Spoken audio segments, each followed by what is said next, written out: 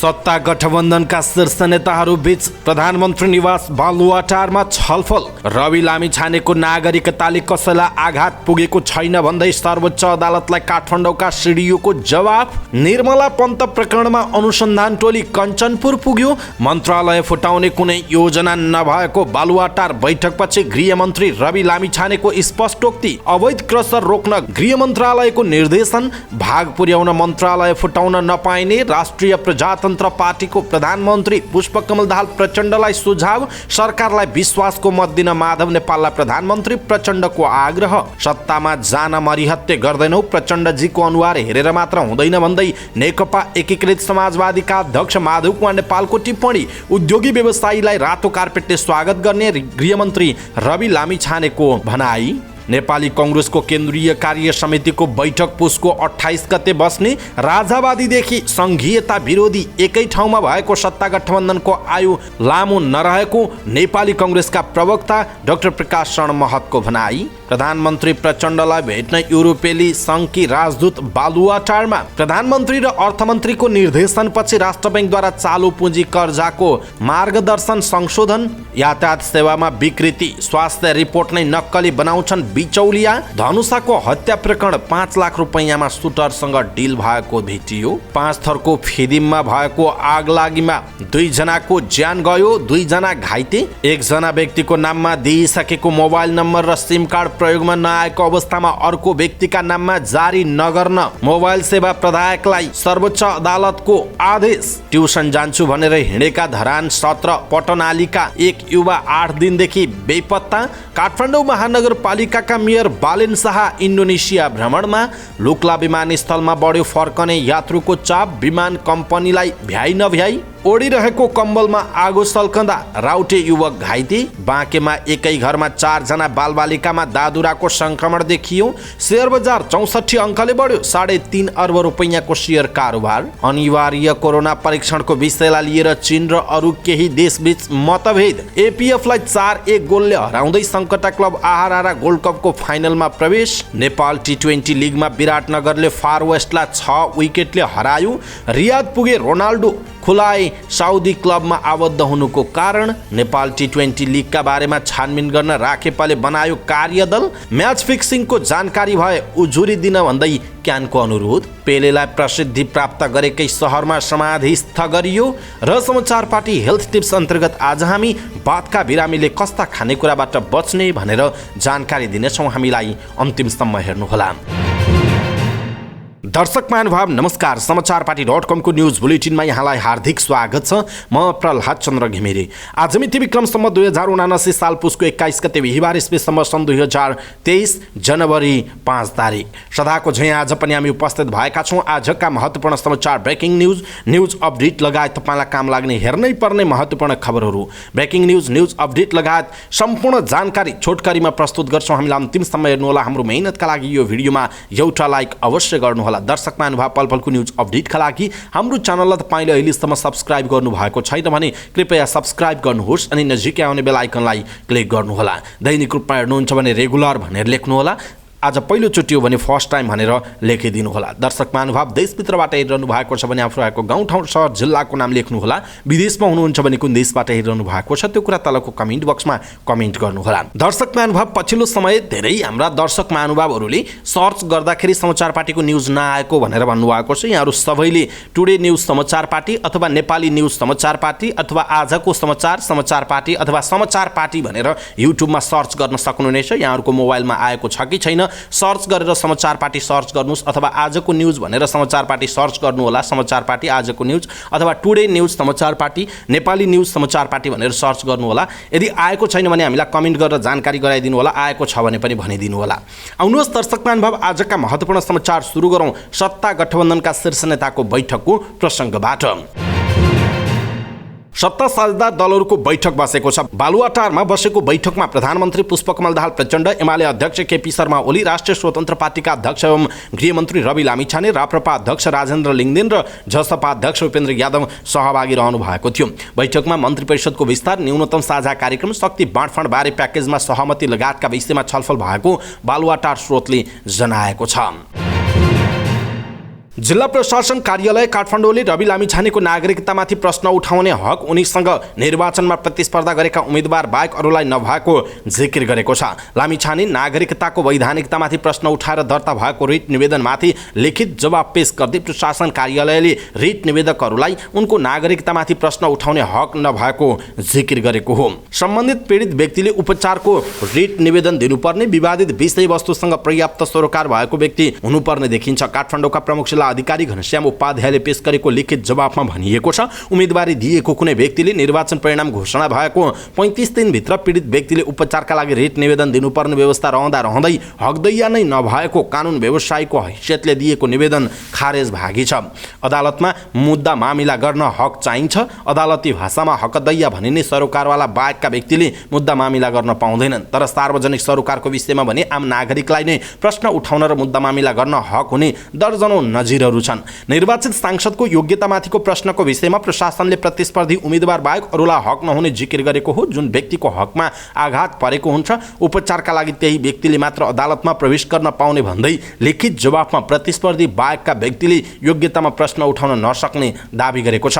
लामिछानेले अमेरिकाको नागरिकता लिनासाथ नेपाली नागरिकता खारेज भएको र उनी नेपाल फर्किएपछि अमेरिकाको नागरिकता त्यागेर फेरि नेपाली नागरिकता नलिएको भन्दै सांसद पद समेत खारेज हुनुपर्ने माग सहित सर्वोच्च अदालतमा रिट निवेदन परेको थियो।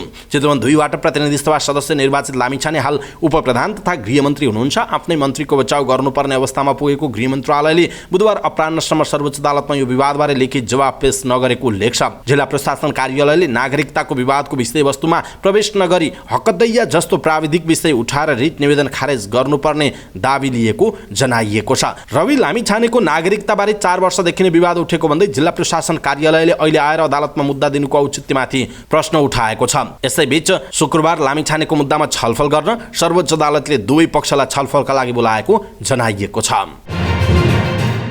कञ्चनपुरकी 13 वर्षीय बालिका निर्मला पन्तको बलात्कारपछि हत्या प्रकरणको अनुसन्धान गर्न गठित टोली कञ्चनपुर पुगेको छ। अनुसन्धान टोलीका संयोजक डीआईजी दुर्गा सिंह कञ्चनपुर पुग्नु भएको छ। टोलीका अन्य सदस्य पनि कञ्चनपुर जाने तयारी भइरहेको प्रहरी स्रोतले जनाएको छ। यसअघि पनि केन्द्रीय अनुसन्धान ब्युरो सीआईबीका जुनियर प्रहरी अफिसरको एक टोली कञ्चनपुरमै बसेर उक्त घटनाको अनुसन्धान गरिरहेको छ। गृहमन्त्रीको कमान्ड सम्हाले लगत्तै आफ्नो पहिलो निर्णयमा नै रवि लामिछानेले पन्तलाई न्याय दिन अधिकतम पहल गर्ने बताउनु भएको थियो। उपप्रधानमन्त्री समेत रहनु भएका लामिछानेकै निर्देशनपछि प्रहरी हेडक्वार्टरले सिंहको नेतृत्वमा 5 सदस्यीय अनुसन्धान समिति गठन गरेको थियो। समितिमा सिंहसँगै सीआईबीकै एसपी कमल थापा, इन्सपेक्टर हिरेन्द्र रोकाए र 2 जना मनोचिकित्सक रहेका छन्। उक्त टोलीले कञ्चनपुर पुगेर निर्मला घटनाको मिहिन अनुसन्धान गर्ने बताइएको छ। 2075 साल साउन 9 गते साथीको घरमा पढ्न भनेर गएकी निर्मला भोलिपल्ट उखुबारीमा मृत भेटिएकी थिइन्। उनको बलात्कार गरी हत्या गरिएको अनुसन्धानबाट खुले पनि अहिलेसम्म हत्यारा पत्ता लाग्न सकेको छैन। सत्ता साझेदार दलका शीर्ष नेताहरूले सरकारको न्यूनतम साझा कार्यक्रमबारे छलफल गरेका छन्। प्रधानमन्त्री निवास बालुवाटारमा बसेको बैठकमा भ्रष्टाचार नियन्त्रण, सेवा प्रवाहलाई चुस्त बनाउने विषयलाई प्राथमिकता दिएर न्यूनतम साझा कार्यक्रमलाई अन्तिम रूप आज दिने गरी छलफल भएको जनाइएको छ। बैठकपछि उपप्रधान तथा गृहमन्त्री रवि लामिछानेले भन्नुभएको छ, भोलिसम्म सार्वजनिक हुन सक्छ। उहाँका अनुसार यो अनौपचारिक बैठक हो जसमा केन्द्र र प्रदेश सरकारको मन्त्रालय बाँडफाँड बारे समेत छलफल भएको छ। राष्ट्रिय स्वतन्त्र पार्टीका सभापति समेत रहनु भएका लामिछानेले भन्नुभएको छ, मन्त्रालय फुटाउने छलफल भएको छैन, योजना पनि भएको छैन, उहाँको भनाइरहेको छ। अवैध रूपमा सञ्चालनमा रहेका क्रसर उद्योग बन्द गराउन गृह मन्त्रालयले सबै जिल्ला प्रशासन कार्यालयलाई निर्देशन दिएको छ। बुधबार 77 वटै जिल्ला प्रशासन कार्यालयलाई पत्राचार गर्दै आफ्नो क्षेत्रमा अवैध क्रसर रोक्न निर्देशन दिएको गृहका प्रवक्ता फर्डिन्द्र मणि पोखरेलले जानकारी दिनुभएको छ। दर्ता नगरी सञ्चालन गरिएका, नियम विपरीत उत्खनन गरेका, नवीकरण नगरेका क्रसर उद्योग बन्द गर्न निर्देशन दिएको गृहले जनाएको छ। त्यसैगरी विकास आयोजनाको कामका लागि उत्खनन गर्न अनुमति दिएको तर विकास निर्माण संहिता समेत उत्खनन गरिराखेको पाइएकाले त्यस्ता उत्खनन समेत रोक्न निर्देशन दिएको पोखरेलले बताउनु भएको छ। बालुवाटारको बैठकमा न्यूनतम साझा कार्यक्रम ल्याउने तयारी के हुँदैछ भनी सत्ता साझेदार दलहरूले जिज्ञासा राखेका छन्। त्यसका लागि गठित समितिमा रहेका सदस्यहरूले थप 1 दिन माग गरेका छन्। बैठक शुक्रबार बस्ने सहमति सत्ता साझेदार दलका शीर्ष नेताबीच भएको छ। प्रधानमन्त्री पुष्पकमल दाहाल प्रचण्डले विश्वासको मत लिनु अघि सरकारको न्यूनतम साझा कार्यक्रमबारे दलहरूको साझा धारणा आउने जनाइएको छ। प्रधानमन्त्री पुष्पकमल दाहाल प्रचण्ड धेरैवटा दललाई चित्त बुझाएर मन्त्री परिषद विस्तार गर्नुपर्ने बाध्यतामा हुनुहुन्छ। त्यसका लागि मन्त्रालयहरू नै फुटाउने चर्चा चर्चा चलेको छ। बैठकमा सहभागी दलहरूले यसबारे उहाँसँग जिज्ञासा राखेका थिए। राप्रपाले यसमा जोड दिँदै सबैलाई भाग पुर्याउनका लागि भनेर मन्त्रालय फुटाउँदा जनतामा गलत सन्देश जाने भन्दै त्यसो नगर्न सुझाव दिएको छ। प्रचण्डले भने बाहिर आएका चर्चा गलत भएको प्रष्टीकरण दिनुभयो। सत्ता साझेदारहरूसँग प्रधानमन्त्री प्रचण्डले भन्नुभयो, धेरैको चित्त बुझाउनु पर्ने बाध्यता त छ नै, तर त्यसैका लागि गलत थिति बसाल्न हुँदैन भन्नेमा म छु। हल्लाहरू सुनेर नपत्याइदिनु होला। राप्रपा अध्यक्ष राजेन्द्र लिङ्गदेनले आफ्ना 3 स्तरका न्यूनतम साझा कार्यक्रममा पर्छन् कि पर्दैनन् भनेर सोध्नु भएको थियो। राप्रपाले पुस 27 लाई राष्ट्रिय एकता दिवस मानिनुपर्ने, विकास सुशासनसँग सम्बन्धित प्रश्नबारे चित्त बुझ्दो जवाफ दिनुपर्ने, जनतालाई सेवा प्रवाह बलियो बनाउनु पर्ने शर्त राखेर यो सरकारलाई समर्थन दिएको छ। प्रचण्डले राप्रपाका माग पूरा हुने आश्वासन दिएको बैठकबाट निस्किएपछि लिङ्गदेनले भन्नुभएको छ। प्रधानमन्त्री पुष्पकमल दाहाल प्रचण्डले नेकपा एकीकृत समाजवादीका अध्यक्ष माधव कुमार नेपाललाई सरकारलाई विश्वासको मत दिन आग्रह गर्नुभएको छ। प्रधानमन्त्री प्रचण्डले नेकपा माओवादी केन्द्रको संसदीय दलको कार्यालय सिंहदरबारमा अध्यक्ष नेपाललाई भेटेर सरकारलाई विश्वासको मत दिन आग्रह गर्नुभएको हो। अध्यक्ष नेपालले भने पार्टीभित्र छलफल गरेर मात्र टुङ्गोमा पुग्न सकिने जवाफ दिनुभयो। माओवादी केन्द्रका अध्यक्ष समेत रहनुभएका प्रधानमन्त्री प्रचण्डले सरकारमा जाने बेलामा आफूसँग छलफल समेत नगरेको भन्दै नेपालले गुनासो गर्दै आउनु भएको छ। प्रधानमन्त्री प्रचण्डले यही पुस 26 गते प्रतिनिधि सभामा विश्वासको मत लिने तयारी छ। 275 सदस्यीय प्रतिनिधि सभाको विश्वास लिन प्रधानमन्त्रीले 138 सांसदको समर्थन लिनुपर्दछ। यसैबीच नेकपा एकीकृत समाजवादीका अध्यक्ष माधव कुमार नेपालले सरकारमा आफ्नो पार्टीको सहभागिताबारे निर्णय लिन हतार नगर्ने बताउनु भएको छ। पुस 26 गते सरकारले विश्वासको मत लिने भएकाले त्यसअघि सरकारमा आफ्नो पार्टीको सहभागिताबारे निर्णय लिन हतार नगर्ने उहाँको भनाइ छ। पार्टीको भातृ संगठन युवा संघ नेपाल काठमाडौँ जिल्ला कमिटीले आयोजना गरेको कार्यक्रममा बोल्दै अध्यक्ष नेपालले राजनीतिक पिक्चर नै क्लियर नभएकाले पनि आफ्नो पार्टीको पोलिट ब्युरो बैठकले सरकारमा जाने नजाने बारे निर्णय नलिएको उहाँले बताउनुभयो। प्रचण्डको अनुहार हेरेर भन्दा पनि सरकारको नीति तथा कार्यक्रमलाई हेरेर त्यहाँ रहेका राजनीतिक दलहरूको गतिविधिलाई हेरेर पुस 26 गते नै त्यो निर्णय गर्न आफूहरू तयार रहेको उहाँको भनाइ छ। उहाँले भन्नुभएको छ, कसैले समाचारमा एकीकृत समाजवादी त अलमलमा पर्यो भनेर लेखे, त्यो लेखेर ठिक गरे, पोलिटिकल सिनारियो त क्लियर हुनु पर्यो नि। अहिलेसम्म हामीले यो सरकारले कस्तो नीति र कार्यक्रम लिन्छ भन्ने कुरा हेर्न पाएका छैनौँ। मान्छेको अनुहार हेरेर गर्ने हो भने प्रचण्डजीको अनुहार हेर्दा ल समर्थन गरिदिउँला भनौँला, तर अनुहारले मात्र हुँदैन, त्यहाँ अनेकहरू छन्, के गर्छन् भन्ने थाहा छैन, अनि त्यत्तिकै अगाडि सरेर बोल्ने कुरामा के को हतार उहाँको भनाइ छ। हामीलाई के बित्तो छ र 26 गते हो सरकारले विश्वासको मत प्राप्त गर्ने, त्यो दिनसम्म हामीले निर्णय गरे पुगेन, भयो नि, सस्पेन्स नै रहोस्, दुनियाँ कुदिरहन्, कुराकानी हुन्छ, छलफल हुन्छ अनि हाम्रो पार्टीको आधिकारिक कमिटीले निर्णय गर्छ उहाँको भनाइ छ। अध्यक्ष नेपालले आफ्नो पार्टी सत्तामा जानका लागि मरिहत्ते गर्ने पक्षमा नरहेको पनि बताउनु भएको छ। उपप्रधानमन्त्री एवं गृहमन्त्री रवि लामिछानेले उद्योग व्यवसायको सुरक्षाका लागि सरकार प्रतिबद्ध रहेको बताउनुभयो। नेपाल चेम्बर अफ कमर्सका पदाधिकारीहरूसँगको छलफलमा गृहमन्त्री लामिछानेले विगतका सरकारले उद्योगी व्यवसायलाई जस्तो आँखाले हेरे पनि वर्तमान सरकारले रातो कार्पेट ओछ्याएर स्वागत गर्ने बताउनु भएको हो। उहाँले उद्योग व्यवसायको सुरक्षाका लागि गृह मन्त्रालयले गर्नुपर्ने काममा नचुक्ने प्रतिबद्धता व्यक्त गर्नुभएको छ। गृहमन्त्री लामिछानेले सरकारले उद्योग व्यवसाय क्षेत्रको काम गर्न छुट्टै युनिट खडा गर्ने र उद्योग व्यवसाय साना कामका लागि मन्त्रालय वा कार्यालयमा धाउनुपर्ने अवस्थाको अन्त्य गर्ने दाबी गर्नुभयो। उहाँले उद्योगी व्यवसायीले सरकारी कार्यालयका हाकिम र राजनीतिज्ञलाई भेटेर समय खेर फाल्नु नपर्ने बताउनुभयो। सरकारको नीतिगत विषयमा समस्या आए सल्लाह सुझाव दिन उहाँको आग्रह रहेको छ। गृहमन्त्री रवि लामिछानेले उद्योगी व्यवसायले पैसा कमाउनुलाई अपराध गर्नु जस्तो व्याख्या गर्ने अवस्थाको अन्त्य गर्ने पनि आश्वासन दिनुभएको छ। उहाँले उद्योगी व्यवसायले सही ढङ्गले स्वच्छ प्रतिस्पर्धा गरी व्यापार व्यवसायबाट पैसा कमाउँदा नै देशको उन्नति हुने बताउनु भएको छ। दर्शक महानुभाव, रवि लामिछानेको यो भनाइप्रति तपाईँको धारणा के छ? आफ्नो धारणा तलको कमेन्ट बक्समा कमेन्ट गर्नुहोला। नेपाली कांग्रेसको केन्द्रीय कार्य समितिको बैठक पुसको 28 गते बस्ने भएको छ। पार्टी केन्द्रीय कार्यालय सानेपामा बस्ने बैठकमा समसामयिक राजनीतिक विषयमा छलफल हुने जनाइएको छ। यसअघि पुस 22 गते निर्धारण गरिएको केन्द्रीय कार्य समितिको बैठकको मिति परिवर्तन गरिएको पार्टी केन्द्रीय कार्यालयका मुख्य सचिव कृष्ण प्रसाद पौडेलले जानकारी दिनुभयो। गएको मक्सिर 4 गते प्रतिनिधि सभा र प्रदेश सभा सदस्य चुनावपछि कांग्रेसको केन्द्रीय कार्य समितिको बैठक पहिलो पटक बस्न लागेको हो। बैठकमा चुनावपछिको समीक्षा लगायत समसामयिक राजनीतिक विषय छलफल हुनेछ। प्रतिनिधि सभाको अधिवेशन पुस 25 गतेदेखि सुरु हुँदैछ।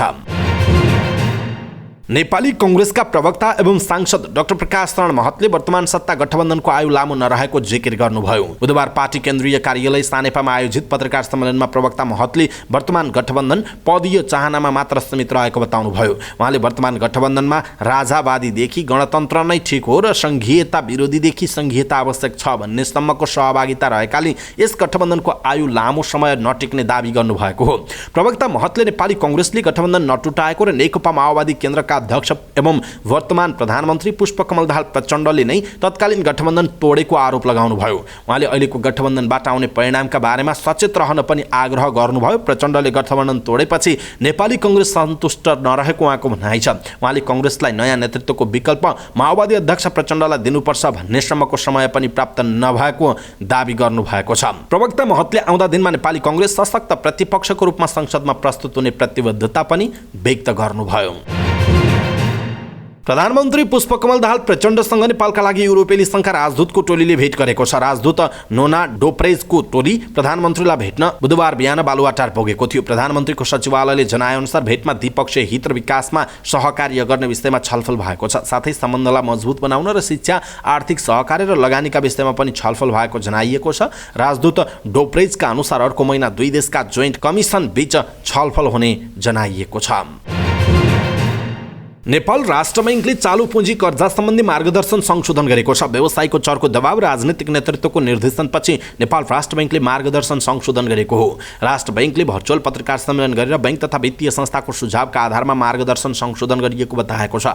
नयाँ व्यवस्था अनुसार तोकिएको सीमाभन्दा बढी ऋण लिएकाले 2082 सालको असार मसान्तसम्म भुक्तानी गरे हुने भएको छ। यस्तो रकमलाई अर्धवार्षिक रूपमा भुक्तानी हुने गरी आवधिक कर्जा शीर्षकमा मिलान गर्न पाउने व्यवस्था गरिएको बैंकले जनाएको छ। कर्जाको अवधि, भुक्तानी तालिका तथा किस्ता रकम परिवर्तन गर्न भने नपाइने जनाइएको छ।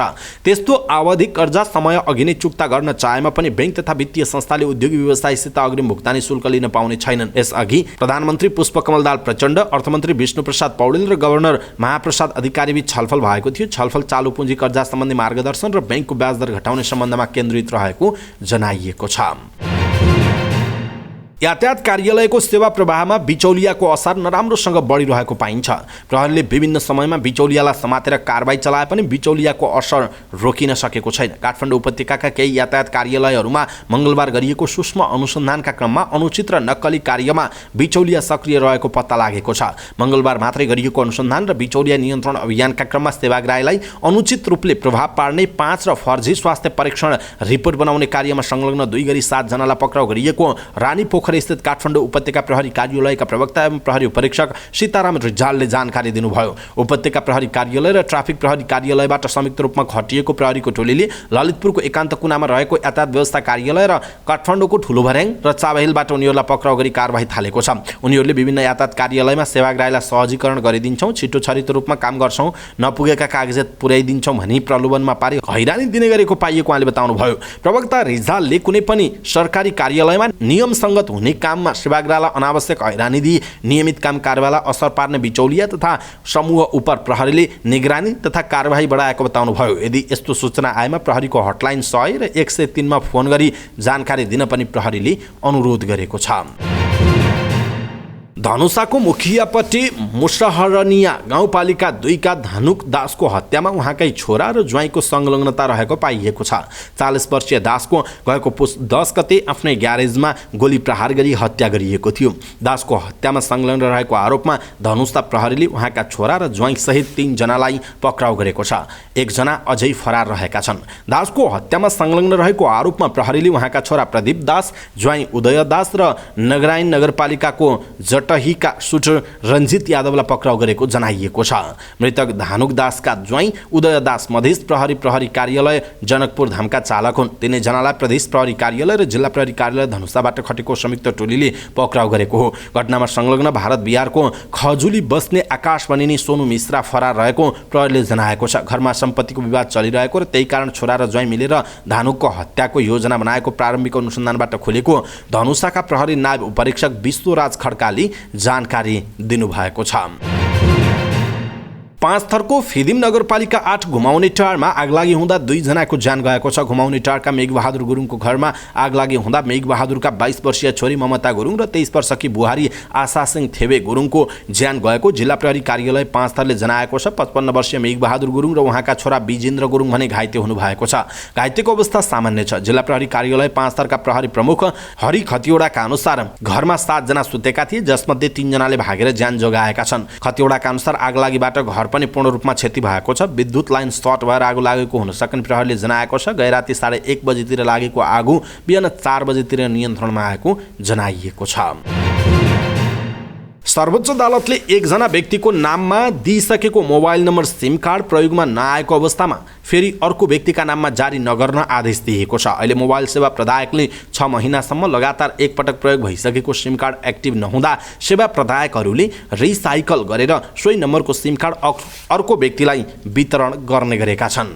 बिक्री वितरण भएर लगातार 6 महिनासम्म प्रयोगमा नआएको सिम कार्ड सम्बन्धित व्यक्तिको नामबाट हटाएर अर्को व्यक्तिको नाममा जारी गर्न नेपाल दूरसञ्चार प्राधिकरणले दिएको निर्देशन कार्यान्वयन नगर्न सर्वोच्च अदालतले अन्तरिम आदेश दिएको हो।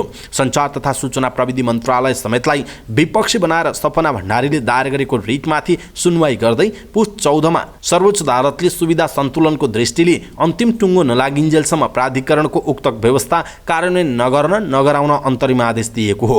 मौलिक तथा गोपनीयताको हकलाई प्रभावित गरेको भन्दै भण्डारीले दायर गरेको रिटमा अधिवक्ताहरू प्रवीण सुवेदी, सुभाष पाठक, सपना भण्डारी, अरुण सत्याल र आवेश अधिकारीले बहस गरेका थिए। सिम कार्ड रिसाइकल गर्ने व्यवस्थाले एउटा व्यक्तिले विभिन्न स्थानमा प्रयोग गरेको मोबाइल नम्बरहरू अर्को व्यक्तिको नाममा जारी हुँदा विभिन्न वैयक्तिक सूचनाहरू अरूसम्म पुग्ने खतरा बढेको थियो। विशेष गरी विदेश जाने नेपालीहरू र इमेल सहितका व्यक्तिगत आइडीहरूमा मोबाइल नम्बर प्रयोग गरेर सिम कार्ड प्रयोग नगर्नेहरू यो व्यवस्थाको मारमा परेका थिए। यसकारण विभिन्न ओटिपी कोडहरू अन्य व्यक्तिको हातमा पुग्ने र त्यसबाट साइबर क्राइमका घटनाहरू पनि हुने गरेका थिए। अब तत्काललाई सेवा प्रदायकले यस्तो रिसाइकल भएका सिम कार्ड बेच्न नपाउने जनाइएको छ। दर्शक महानुभाव, एक्टिभ नरहेको सिम कार्ड अर्को व्यक्तिलाई बेच्न रोक लगाइएको यो विषयमा तपाईँ के भन्नुहुन्छ? आफ्नो कुरा तलको कमेन्ट बक्समा कमेन्ट गर्नुहोला।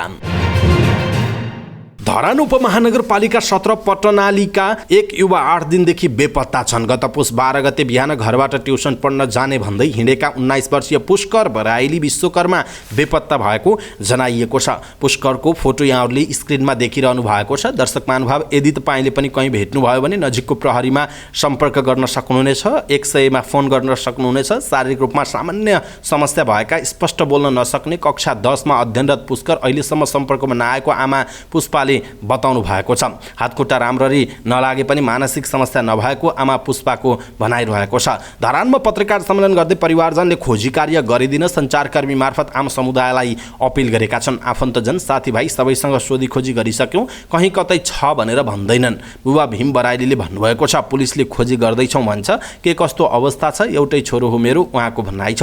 प्रहरी प्रशासनमा रिपोर्ट दिएको 8 दिन बितिसक्दा पनि छोराको अवस्था थाहा पाउन नसकेको बुबा भीम बराइलीले बताउनु भयो। ट्युसन जान्छु भनेर हिँडेका युवा 8 दिनदेखि बेपत्ता रहेका छन् पुष्कर बिक बराइली। र यदि यहाँहरूले पनि यो भिडियो आफूले हेरिरहनु भएको छ भने कृपया आफ्नो फेसबुक, ट्विटर लगायतका सामाजिक सञ्जालमा सेयर गरिदिनु होला। तपाईँले गरेको एउटा सेयरले अरू व्यक्तिहरूलाई पनि थाहा हुनेछ कि यी व्यक्तिलाई पत्ता लगाउनका लागि र एउटा छोरो हराउँदाखेरि आमा बुबालाई कतिसम्म परेको हुनसक्छ हामी अनुमान गर्न सक्छौँ। कृपया यो भिडियोलाई सक्दो सेयर गरिदिनु होला। काठमाडौँ महानगरपालिकाका मेयर बालेन्द्र शाह बालिन इन्डोनेसिया जानु भएको छ। मेयर बालिन निजी भ्रमणका लागि इन्डोनेसिया गएको मेयरका प्रमुख स्वकीय सचिव भूपदेव शाहले जानकारी दिनुभयो। 19 गते बेलुका मेयरज्यू परिवारको सदस्य, सचिवालय सदस्यको परिवार र केही साथीहरूसहित इन्डोनेसिया भ्रमणमा निस्किनु भएको हो। शाहले भन्नुभएको छ। उहाँका अनुसार बालिन पुस 25 मा नेपाल फर्किनु हुनेछ। यो भ्रमण नितान्त निजी रहेको र सरकारी कार्यक्रम नरहेको स्वकीय सचिव भूपदेवले बताउनुभयो। काठमाडौँ महानगरका मेयरमा निर्वाचित भएपछि बालिनको यो पहिलो विदेश भ्रमण हो। सोलुखुम्बुको तेन्जिङ हिलारी विमानस्थल लोक्लाबाट फर्कने यात्रुको चाप अत्याधिक बढेको छ। मौसम प्रतिकूलताका कारण पछिल्लो केही दिन उडान ठप्प हुँदा अहिले लोक्लाबाट फर्कने यात्रुको चाप बढेको नेपाल नागरिक उड्डयन प्राधिकरण लोक्लाले जनाएको छ। अहिले तेन्जिङ हिलारी विमानस्थल लोक्लाबाट दैनिक 7 वटा भन्दा बढी उडान भइरहेका छन् भने अधिकांश विमानमा फर्कने यात्रुको चाप अधिक रहेको प्राधिकरण प्रमुख महेश श्रेष्ठले जानकारी दिनुभयो। उहाँका अनुसार काठमाडौँ र मन्थलीबाट अधिकांश विमानले कार्गो लिएर आउने गरेका छन् भने फर्कँदा लोक्लाबाट यात्रु लिएर जाने गरेका छन्। चिसो छल्न खुम्बु छोड्ने स्थानीयको संख्या बढेसँगै फर्कने यात्रुको चाप अधिक भएको हो, जसका कारण एयरलाइन्सहरूको टिकट काउन्टरहरूमा पनि यात्रुको चाप अधिक रहेको बताइएको छ। मौसमका कारण पुस 14 गतेबाट उडान ठप्प बनेको लोकलामा मौसममा सुधार भएसँगै सोमबारबाट नियमित उडान भइरहेको नेपाल नागरिक उड्डयन प्राधिकरण लोकला सोलुखुम्बुले जनाएको छ। दैलेखमा ओडिरहेको कम्बलमा आगो सल्कँदा एकजना राउटे युवक घाइते भएका छन्। आगोले जलेर नारायण नगरपालिका वडा नम्बर 8 सालेतडामा बस्दै आएका 38 वर्षका नारायण साई घाइते भएको राउटे परियोजनाका शिक्षक लालबहादुर खत्रीले जानकारी दिनुभयो। राति सुत्दा छेउमा आगो बालेर सुतेका कारण कम्बलमा आगो सल्किएको हो। परिवारका सदस्यले आगो सल्किएको थाहा पाएपछि कम्बल हटाएका थिए। घाइते साईको छाती, दाहिने पाखुरा र ढाडमा आगोले पोलेको छ। उहाँको जिल्ला अस्पताल दैलेखमा उपचार भइरहेको जनाइएको छ। यहाँ उपचार सम्भव छ तर समय अलि लाग्छ, उपचारमा संलग्न दैलेख जिल्ला अस्पतालका डाक्टर प्रयास राज शिवाकोटीले भन्नुभएको छ। मंगलबार सामाजिक सुरक्षा भत्ता पाएपछि साईले अत्याधिक रक्सी खाएर सुतेको महामुखिया महिन बहादुर शाहीले बताउनु भएको छ। बाँकेमा बालबालिकामा दादुराको संक्रमण देखा परेको छ। नेपालगञ्ज उपमहानगरपालिका वडा नम्बर 6 फुलटेक्रामा एकै घरका 4 जना बालबालिकामा दादुरा देखिएको हो। 5 देखि 12 वर्ष उमेरका 3 बालिका र 1 बालकमा दादुरा पुष्टि भएको स्वास्थ्य कार्यालय बाँकेका खोप सुपरभाइजर नरेश श्रेष्ठले बताउनुभयो।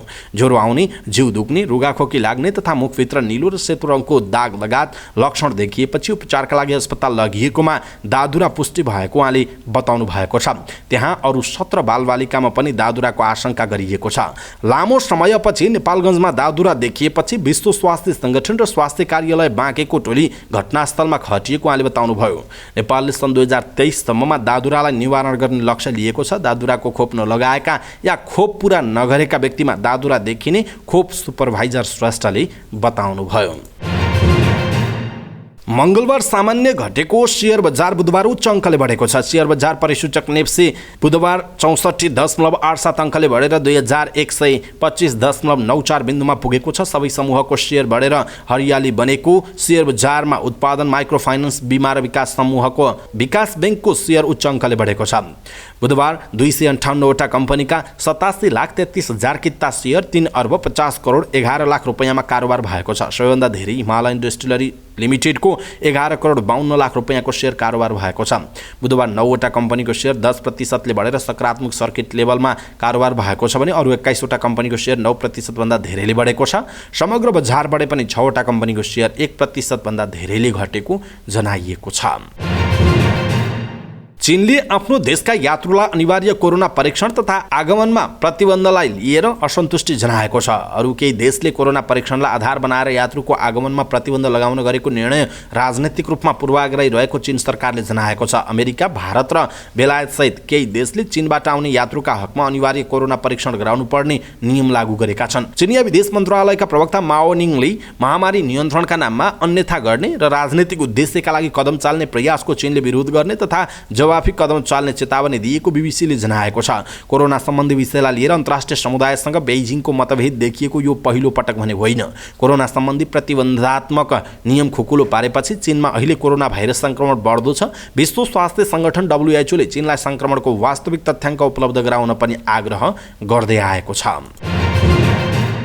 साबिक विजेता सशस्त्र प्रहरीको एपीएफ क्लबलाई हराउँदै सङ्कटा क्लब आहारा पोखरा गोल्ड कपको फाइनलमा प्रवेश गरेको छ। पोखरा रङ्गशालामा एपीएफलाई 4-1 गोलले हराउँदै सङ्कटा उपाधि नजिकै पुगेको हो। सङ्कटाको जितका लागि विदेशी खेलाडी स्टेफन विनोङ र मेसुके ओलामाउले 2-2 गोल गरे। एपीएफका हरिकार्कीले 1 गोल फर्काए। दोस्रो सेमिफाइनलमा बिहिबार अमेरिकी टोली भुटनिज युथ स्पोर्ट्स क्लब र चर्च बोइज युनाइटेड बीच खेल हुनेछ। प्रतियोगिताको विजेताले 12 लाख र उपविजेताले 6 लाख पुरस्कार पाउने आयोजक सहारा क्लब पोखराले जनाएको छ।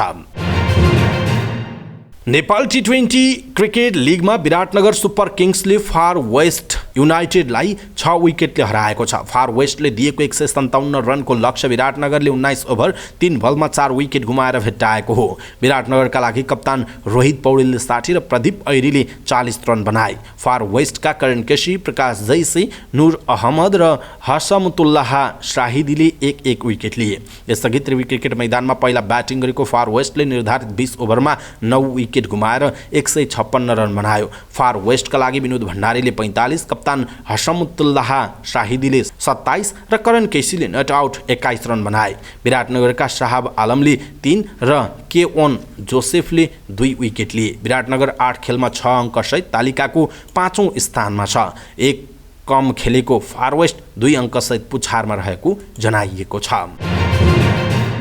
पोर्चुगलका विश्व चर्चित फुटबल खेलाडी क्रिस्टियानो रोनाल्डोले साउदी अरबको अल नासर क्लबमा अनुबन्ध हुन आफूलाई गर्व लागेको बताएका छन्। मङ्गलबार साउदी अरबको राजधानी रियाद पुगेपछि पत्रकार सम्मेलनमा उनले अल नासर क्लबसँग अनुबन्ध हुँदा आफूलाई गर्व लागेको र सन्तुष्ट रहेको बताएका हुन्। उनले साउदी अरबको फुटबल क्लब अल नासरसँग 177 मिलियन पाउन्डको सम्झौता गरेका छन्। यो सम्झौतासँगै उनी सन् 2025 सम्म अल नासर क्लबमा रहनेछन्। पत्रकार सम्मेलनमा उनले युरोपबाट खेल्दा धेरै चिज पाइसकेको भन्दै अब नयाँ चुनौतीलाई पनि सामना गर्ने बताएका छन्। उनले भनेका छन्, जीवनमा यति ठुलो निर्णय लिन मलाई गर्व छ। युरोपमा मेरो काम अब सकिएको छ। मैले धेरै कुरा जितिसकेको छु। युरोपको प्रतिष्ठित क्लबबाट खेलेँ। यो अब नयाँ चुनौती हो, उनको भनाइरहेको छ। आफूले आफैलाई अनौठो खेलाडी भन्दै उनले भनेका छन्, म अनौठो छु। यहाँ आउँदा राम्रो भएको छ। मैले उता सबै रेकर्ड तोडेको छु। अब यहाँ पनि केही रेकर्ड तोड्न चाहन्छु। म यहाँ खेल्न, जित्न र खेलको मजा लिन आएको हुँ, उनको भनाइरहेको छ। अल नासरले साउदी अरब फुटबलको मात्र नभई देशकै धारणा बदल्ने समेत उनले बताएका छन्। साउदी अरबको क्लबमा आबद्ध हुनुअघि आफूले अमेरिका, अस्ट्रेलिया र ब्राजिलबाट आएका आकर्षक अफरलाई पनि स्वीकार नगरेको उनले बताएका छन्। उनले भनेका छन्, किनकि म साउदी फुटबललाई योगदान गर्न चाहन्थेँ। रोनाल्डोलाई रियादमा अल नासर क्लबका अध्यक्ष मुसली अल मुआम्मरले स्वागत गरेका थिए। राष्ट्रिय खेलकुद परिषद राखेपाले नेपाल टी20 लिग क्रिकेटका बारेमा छानबिन गर्न कार्यदल गठन गरेको छ। राखेपाका कार्यकारी समिति सदस्य एकेन्द्र बहादुर कुमारको संयोजकत्वमा बनेको 5 सदस्यीय छानबिन कार्यदलमा सदस्य प्रकाश कुमार कोसारी, खेल पत्रकार निरञ्जन राजवंशी, खेलकुद विकास विभागका प्रशासकीय अधिकृत सरोज कुमार पोखरेल र सचिवमा प्रशासन विभागका प्रशासकीय अधिकृत भोजानन्द राई रहेका छन्। विदेशी खेलाडीहरूको श्रम स्वीकृति एवं प्रतियोगिता सञ्चालनको सम्बन्धमा परिषदले नेपाल क्रिकेट सङ्घ क्यानसँग आवश्यक प्रमाण कागजात मागेर गरेको पत्राचारको व्यवस्था गरेको, साथै पछिल्लो समय प्रतियोगिता सञ्चालनका क्रममा सङ्घबाट भएका कमजोरी एवं विसङ्गतिको बारेमा सार्वजनिक भएको विषयमा सत्य तथ्य पत्ता लगाउने जिम्मेवारी दिएको जनाइएको छ। त्रिवी क्रिकेट मैदान कीर्तिपुरमा चलिरहेको प्रतियोगितामा सट्टेबाजी भएको र फिक्सिङका लागि खेलाडीलाई प्रस्ताव गरिएको समाचार सार्वजनिक भएका छन्।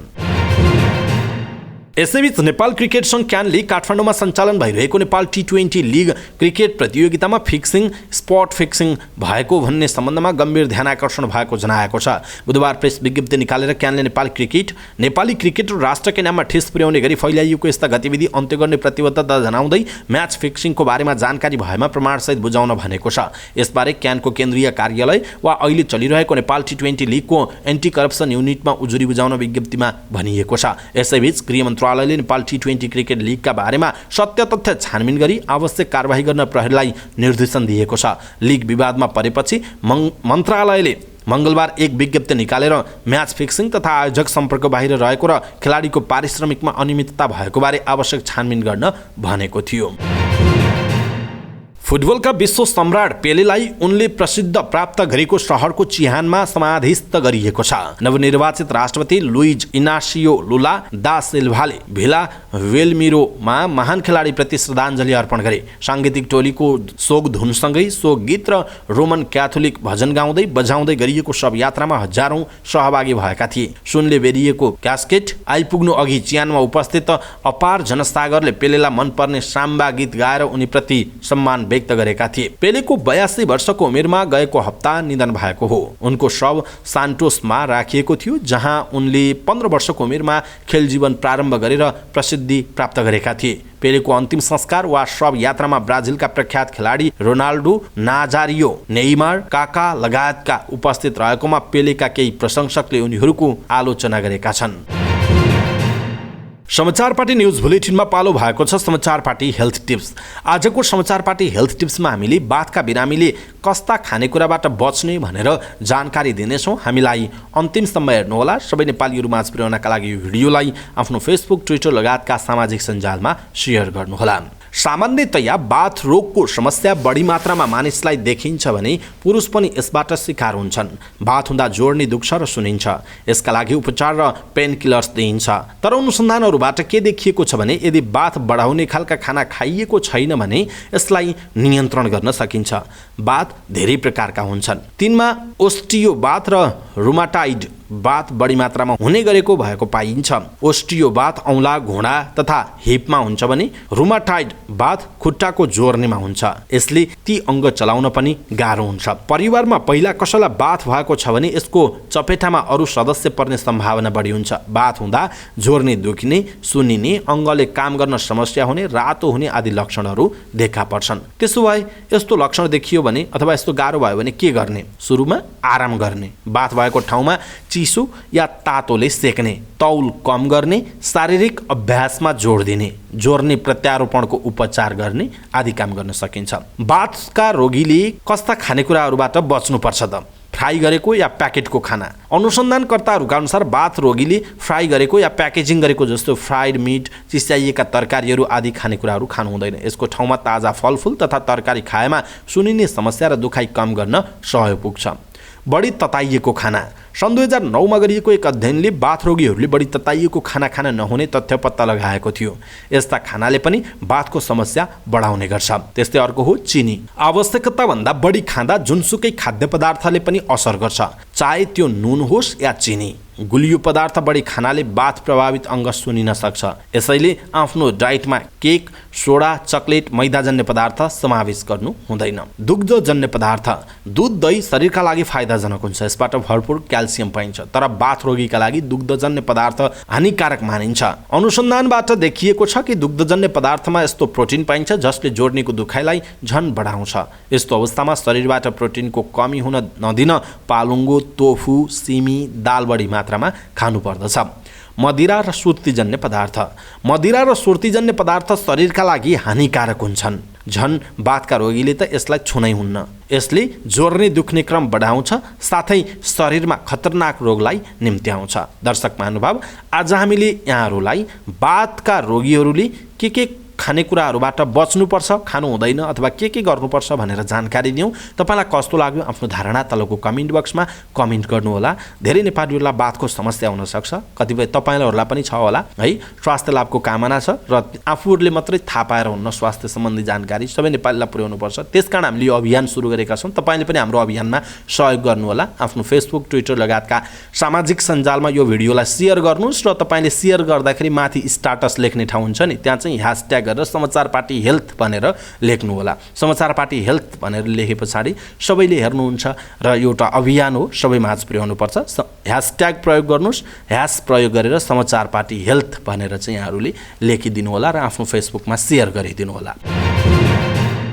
अवस्था दर्शक महानुभाव, आजका महत्त्वपूर्ण समाचार, ब्रेकिङ न्युज अपडेट लगायत तपाईँलाई काम लाग्ने हेर्नै पर्ने महत्त्वपूर्ण खबरहरू यति नै।